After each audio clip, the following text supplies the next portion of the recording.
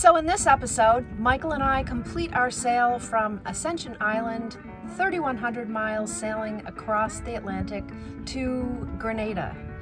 We would have loved to have stopped in Brazil, Fernando de Noronha.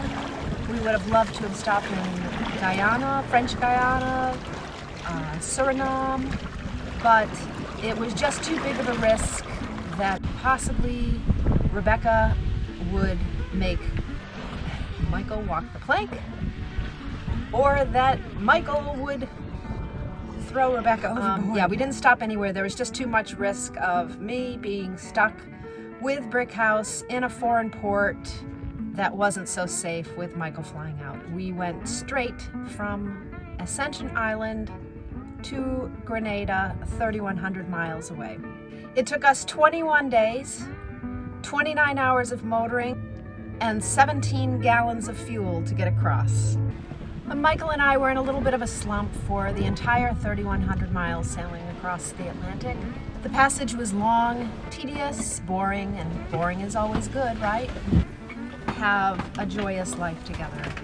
But alas, we had some very fundamental differences. We had a lot of similarities. We liked the same music. We liked the same food. We both liked eating healthy. And we both liked sailing, wanted to sail and do other adventurous things in our future. But there was quite a difference too. One major big difference between the two of us that really was a deal breaker for both of us. Michael is a very adventurous guy. You know, he has a very high tolerance for risk, while I'm a bit of a scaredy cat and like to play it safe. You know, I am very risk adverse. I don't like to do dangerous things. I like to calculate the risk. I guess I take calculated risks. I think St. Helena and Ascension Island are pretty damn remote and pretty damn adventurous, but not adventurous enough for Michael. He wants high adventure, I think. And then, you know, tied right in on that is, you know, financially. You know, I'm very careful. I've always been very careful with my money so that I'd have a retirement and I'd be able to stop working someday and get on a sailboat and go. And I found ways to do that. You know, I'm certainly not rich, but I'm okay. I have what I need and I won't have to work again, I hope. But I wish I could be more carefree, but the weight and risk and responsibility of the boat weighs so heavily on me.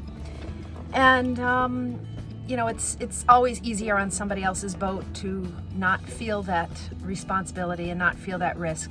You know, Michael took great care of the boat, and it still is my boat, and it's my risk. And if it sinks, he feels bad, but I lose a lot of money and feel bad. Well, it's about being aggressive, nothing that we've had to take evasive action for. These squalls can get vicious, that can develop into some kind of a tropical low that, you know, we are June now, so hurricane season, those kind of things would be expected, although we're still a little bit south of the zone where one would normally expect to see hurricanes. You've got to be north of the ITCZ for that to happen. But I think all in all, it's been a really great sailing. We've been very fortunate. We're through the worst of that Sargasso weed that was clinging to the wind vane and needed cleaning every now and then. So I've been streaming a line hoping to catch a fish, but all I'm doing is hooking up mounds of Sargasso weed. It would be nice to catch one last fish or two before arriving in Grenada. And not that one's wishing up a hurricane or something, but it would be nice to get a little bit of extra wind, and on the periphery of these squalls, yeah, you accelerate and get a little slingshot around it, and I also get a free shower. So I really look forward to getting a little bit of a water blast. And just holding thumbs that it's no more than just that, just a nice welcome.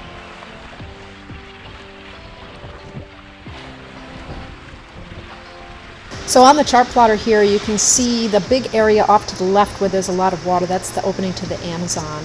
And then you can see how much further we have to go, and there's a few obstacles to overcome. And then there's Grenada, where we're going. And near the Amazon, this is where we started running into the Sargasso weeds. First it was little patches, and then it was bigger patches, and then it got to be a lot bigger patches. It's all stuck on the wind vane rudder. We got to do something.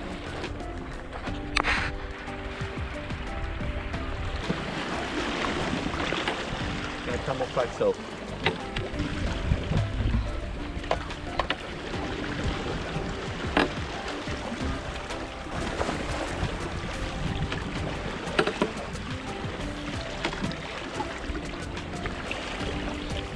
Do you want me to do it? Can I give it a go? Yeah. There you go. Well done.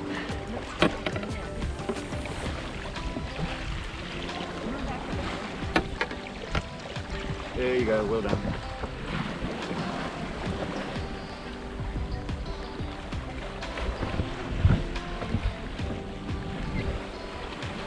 Got it? I got it.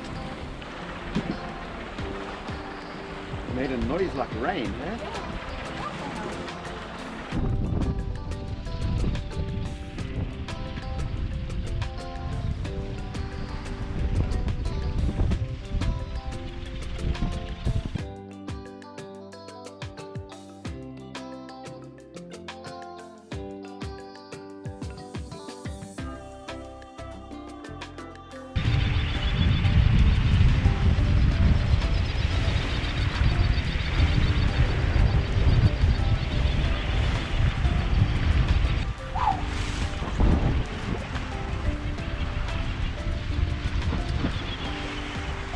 We're off the coast of Suriname now, and we've got a whole bunch of squalls coming in. We've got wind from behind us, then it's on the beam, and then it's on the quarter. It's kind of swirling around a lot, so I'm trying a bit of a cutter rig, but we've got the pole out, which is sometimes a little bit in the way. Getting it down by myself. Rebecca's down below. She's going on watch soon, so I'm by myself right now. So it's not a perfect configuration, but it seems to be working. The little staysail isn't quite enough, but we're at least able to keep off a lee shore over here and to keep a bearing towards Grenada. And it's going to be a long night with these constant shifts in wind direction. And we've got a beam on sea that varies from a lot of chop up to some pretty big 3-meter groundswell. It's just not consistent at all. So this is a little bit of a challenging leg. We were expecting that, and I'm enjoying it.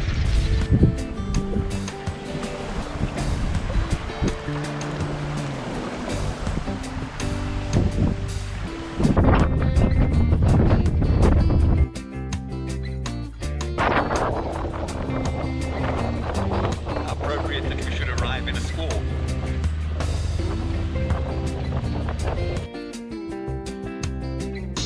So the rain stopped and we went for our clearance. Everything went as planned. Everything was arranged ahead of time and very easy. We had our vaccinations, so that only made it so we had a 2-day quarantine waiting for the new tests to come back. And pretty soon we were free to roam.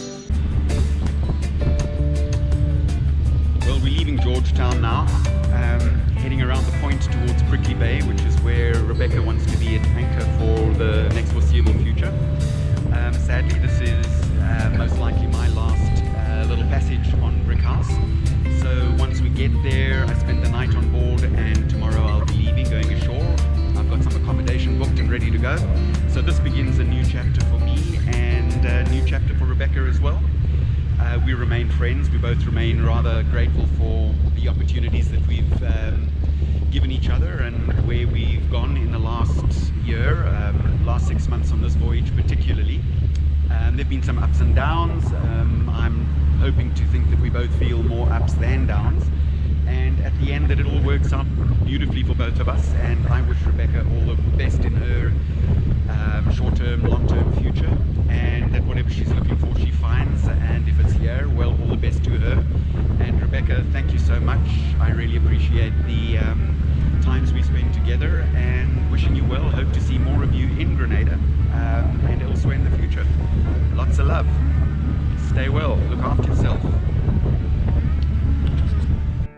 You know, many of you criticize me for getting into a relationship before I was ready. You know, I did it pretty quickly after losing Patrick. for various reasons. You know, most of you know them, but between immigration and customs and import duties for the boat if I stayed, and value of the boat if I sold, and the ability to get back in the country if I just left it there and flew back, there was a lot of complications. So there was a lot that I just had to do, and I couldn't have found a better person to do it with than Michael.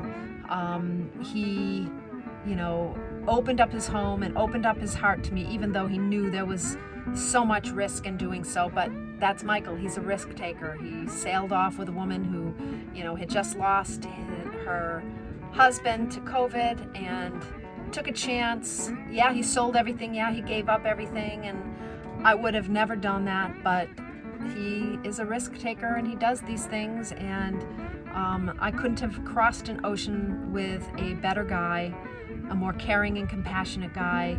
He took great care of me. He kept me healthy.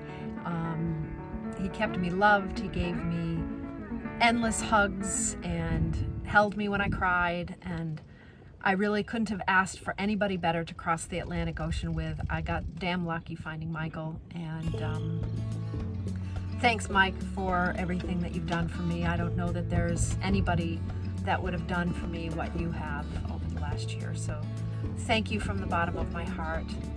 And also to Michael's family, to Marge, who has my kitty, and to his dad, Bob, and his wife, Kathy, to his great son, Justin, and his girlfriend, Ilka. Thank you guys all. I can't believe I'm not gonna see you guys again. And yeah, thanks for being my family in Africa, and I hope to see you again. I truly could not have sailed with a better man across the Atlantic. Michael was exactly who I needed to be with for the last year plus, and I don't have any regrets. I hope he doesn't have too many regrets, and I'll be forever thankful. He helped me more than any man, besides maybe my father, but he's helped me more than any man in my life has. Well, maybe besides Patrick, but you get the idea. He's on the top 3. He really, really greatly helped me, and I thank you, Michael, and I wish only the very, very best for you. Please be sure to subscribe, turn the notification bell on down there, and leave a comment if you want. Love comments, and I try to answer every single one, so leave a comment. And yeah, give me a thumbs up and a like if you like the video. Appreciate that. So here I sit in Prickly Bay, waiting for new crew to come and enjoying hurricane season in the safety of Grenada. But as you'll see in the next video, neither Mike or I give up very easy. It's been a tough couple of years, but I think next year is going to be a whole lot